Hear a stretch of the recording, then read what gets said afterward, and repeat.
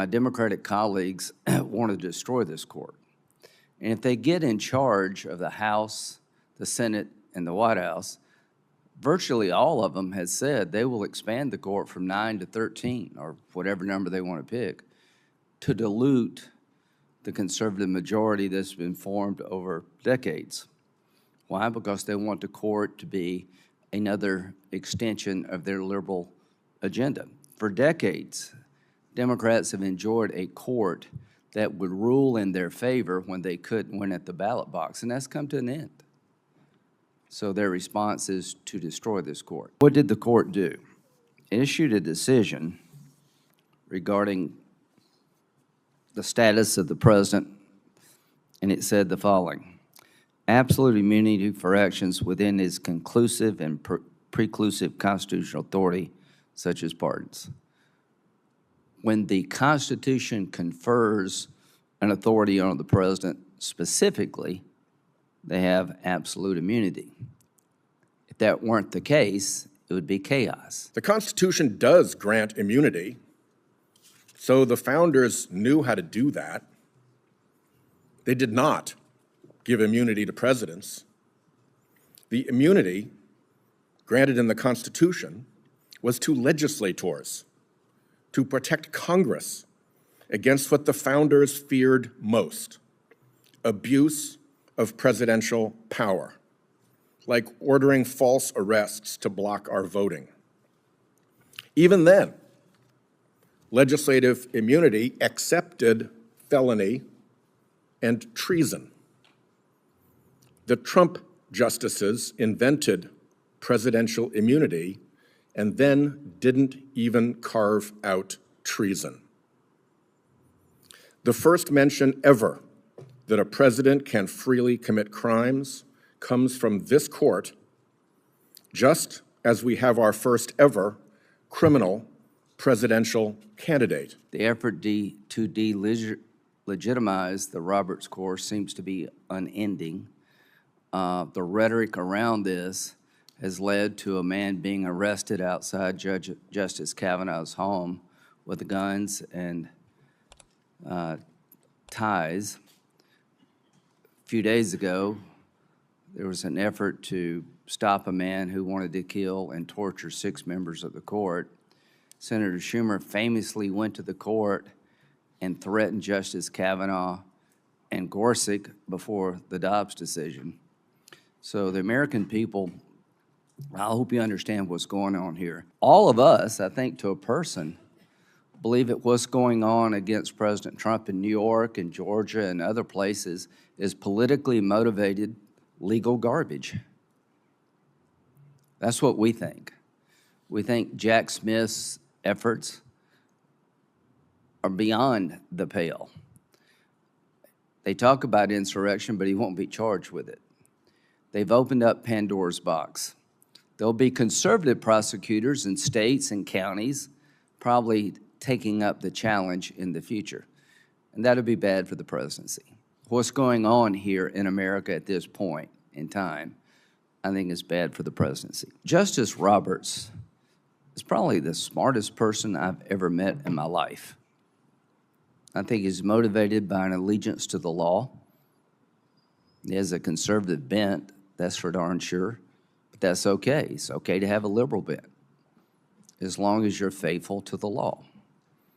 I think he is. Matter of fact, I think he's one of the most decent people to have ever held the office of Chief Justice of the Supreme Court of the United States. At his very core, he's a decent man. And what are you accusing him of? Basically, creating a monarchy in our country. That's just shameful. There are several conclusions you can draw from this sorry episode. One is what laughably fake and disposable doctrines textualism and originalism are.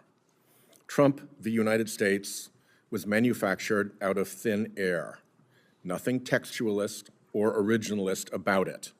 Doctrines of convenience. Citizens United similarly had no originalist underpinnings.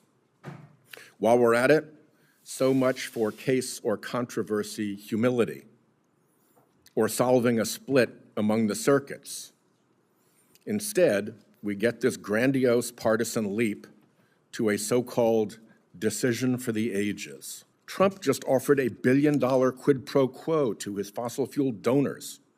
Bribes of officials are usually for official acts.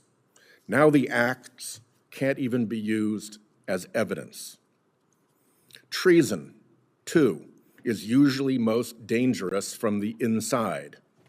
A treasonous president using his official powers, collaborating with crooked appointees in his administration, whom he can pardon, could sell America out to foreign enemies. Whatever deals or concessions Trump may obtain from Vladimir Putin to sell out our Ukrainian allies, he can walk away with scot-free. The timing smells, too.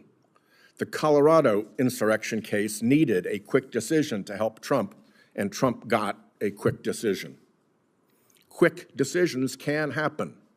United States versus Nixon took 3 weeks. Bush v. Gore took 4 days. What would help Trump in this case was delay, and he got delay.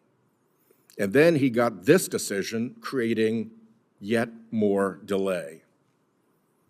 Had the court intended to shelter the Republican nominee from unpleasant accountability before the election for criminal acts, it could hardly have done better. He got a slow-mo Bush v. Gore.